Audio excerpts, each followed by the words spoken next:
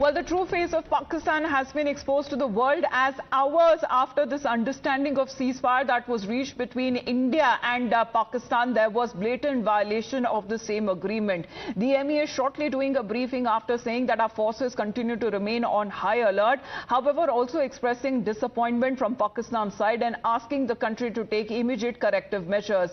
The Indian forces have been given a free hand to give a retaliatory and a proportionate response to Pakistan. However, India has also this morning opened the gates of the Salal Dam. Remember, India continues to remain an upper hand with regards to the Indus Treaty that continues to remain in abeyance. Also, there is uneasy calm that prevails in many of those areas close to the border, which had bore the heavy brunt of shelling and artillery fire. Areas like in Poonch, areas like in Rajouri, however, appear to be normal. There is a situation similarly coming in from cities like Amritsar as well and Bhatinda, where there was overnight blackouts as well. But what is being said that power supply has been restored. However, when it comes to restrictions for the movement of citizens, that continues to remain in place. Delhi's IGI airport, however, the flights are continuously remaining, they are now moving normally as far as the operations are concerned. Pradeep Datta is with us right now. Pradeep, all of the events that have happened in,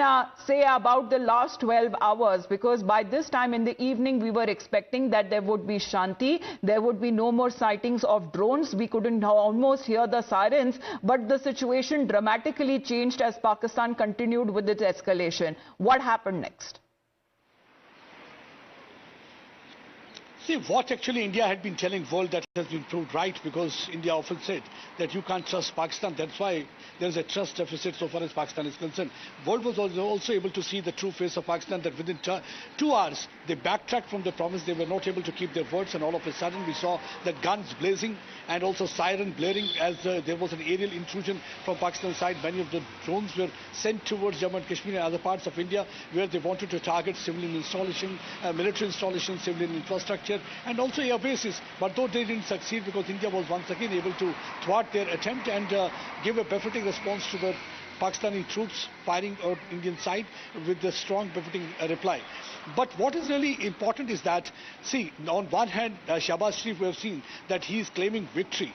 I think this is the one way of catering to its domestic audience, because reason is the kind of drubbing they have received from India during the last 3-4 days. They are not going to forget it forever, because reason, India never ever wanted any kind of military action.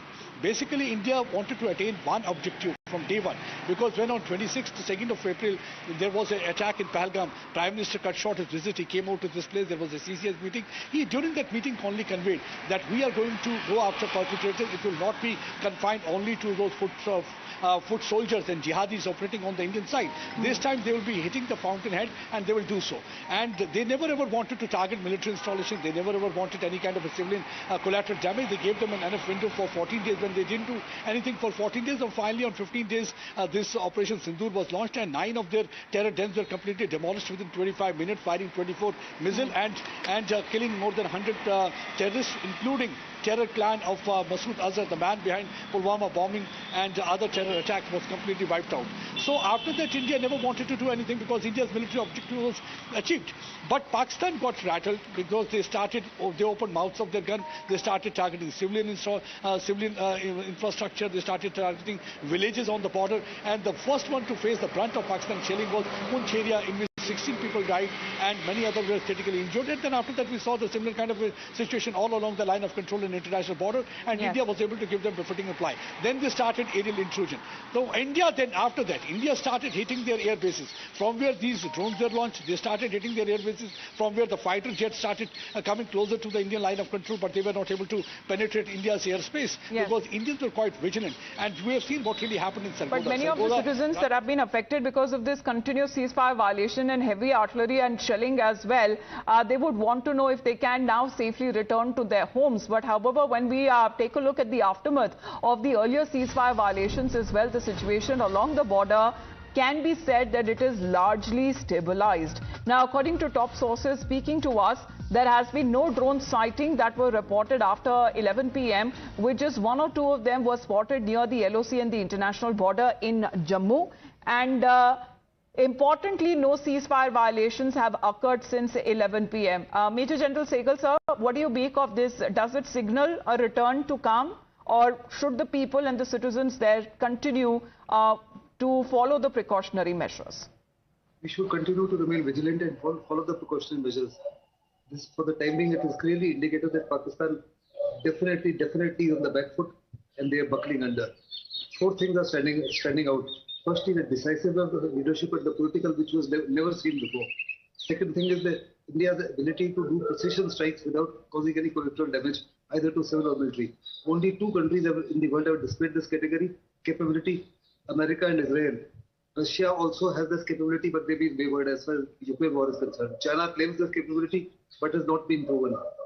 Thirdly, the integration, jointness and coordination between the three services, Army, Navy, Air Force, is absolutely unparalleled. Nobody expected India to be able to do this without even creation of theatre commands. And fourthly, to pursue a modern warfare, four ministries must work in synergy. Ministry of Defense, Ministry of External Affairs, Ministry of Economic Affairs and Ministry of Home Affairs. They've all been working synergetically with a purpose. One purpose aim was to ensure that the political will of the Pakistani government collapses. It's collapsed to a very large extent. And secondly, the ISI and the army are squeezed from all directions. We've done that very, very effectively. There's been an economic strike, there's been a digital strike, there's been isolation of Pakistan diplomatically and politically, and there's been a kinetic strike. So all of them have been acting in unison to ensure absolute and optimum results. Back to you, Vita.